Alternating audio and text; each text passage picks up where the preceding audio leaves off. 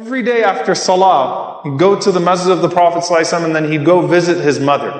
And every single time he'd finish with his mother, he would say to her, or when he would greet her, he would say, Assalamu alayki ya ummi, peace be unto you, my mother. She would say, Wa alayka assalam, to my son. And then he would say, Rabbi irhamha kama rabbatni saghira. Oh Allah, have mercy on her the way she raised me when I was a child. And she would respond, Rabbi irhamhum kama bara'ani kabira.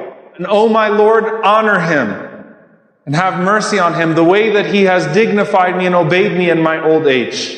Can you imagine that was the dua of Abu Hurairah that he would hear 5 times a day from his mother?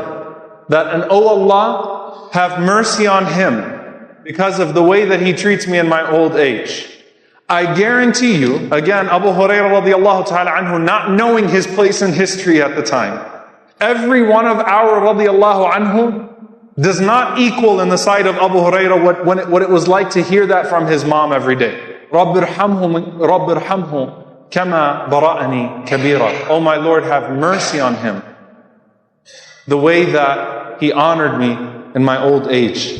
Dear brothers and sisters, that single dua is so precious. I want to end on a few concepts with this.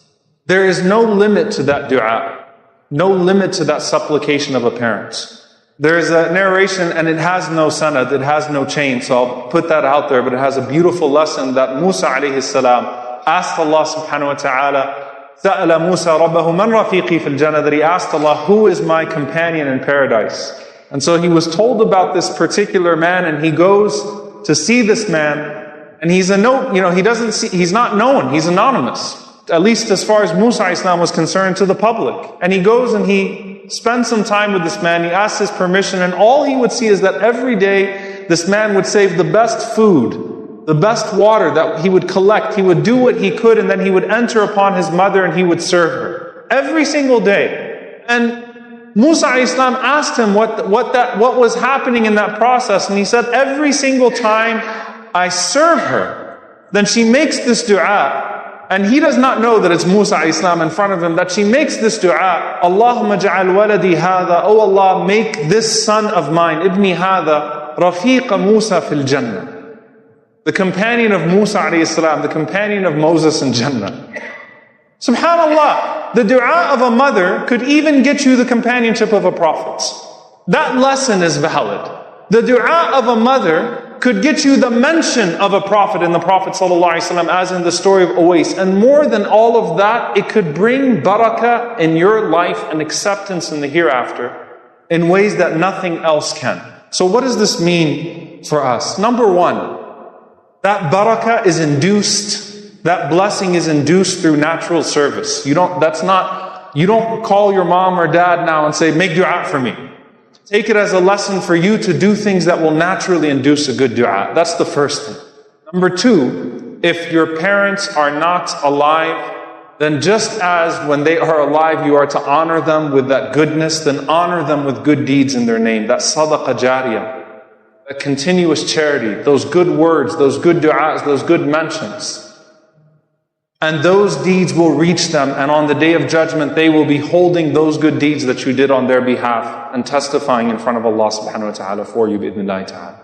So that door is not shut. And the last thing I want to speak to, because it frequently comes up in the community, the mother-in-law. None of these khutbahs are excuses for oppression. All of them speak to a norm, and a lot of times when the mother-in-law is mentioned, it's like, oh no, well that's not my mom. If the dua of a mother can bring that much barakah in a person's life, you better want your spouse to get that dua from their mother. Husband and wife, part of your making your spouse a more complete Muslim and getting that barakah in life that has effects for you and potential rida, that potential pleasure in the hereafter, is when they get those du'as from their parents. Don't see your mother-in-law as an opponent in that sense of khidmah, because it may be the khidmah that your husband or wife gives to their mother that brings that barakah in your married life and in your life in general and your acceptance in the hereafter. Don't see them as opponents. Help your spouse honor their parents. May Allah subhanahu wa ta'ala allow us to honor our parents, and may Allah subhanahu wa ta'ala allow us to be a force in honoring mothers in society and fathers in society. May Allah subhanahu wa ta'ala allow that to be on our scale of good deeds. And may Allah subhanahu wa ta'ala accept the prayers of our parents for us. And may Allah subhanahu wa ta'ala accept our du'as for them. Allahumma ameen.